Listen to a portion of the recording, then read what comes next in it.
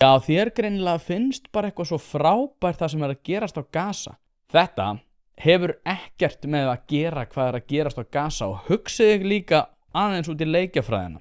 Hann er Ingólfur Gíslason búinn að fá einhver meðvirka nemendur örugglega innan einhverjar fjölmenningafræða og þessara svona fræða sem að hafa gert lítið úr sjálfur sér með athöfnum líkt og þessum. Hugsið ykkur hversu margir styðja núna, ef við tökum bara svona fyrir og eftir þennan atburð, hversu margir á Íslandi styðja hugsanlega Palestínu. Örugglega færri.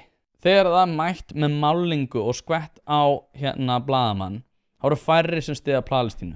Þegar að einhverjir aðilar fara og maka hendurna sínar utan í og fara, og hvað var það, fyrir utan ég man ekki hvað það var, hvort það var fyrir utan utanríkisráðuneytið eða eitthvað, og fara að mála utanríkisráðuneytið og baka skattgreiðendunum mikla aukin fjárútlát fyrir það að þurfa að láta hreinsa þetta, eru fleiri eða færri sem styðja við Palestínu. Og nú er ég að þeirri skoðun persónulega að það er algjörlega óboðlegt hvernig Ísraels er að athafna sig inn á Gaza. Það er algjörlega bara viðbjóðslegt að fylgjast með þessu og nú þegar fólk er að deyja úr hungri þá er það náttúrulega bara algjörlega hræðilegt og algjörlega óafsakanlegt. En hvert er markmið? Er markmið að ná í stuðning eða er markmið að mála þau upp sem góða manneskju?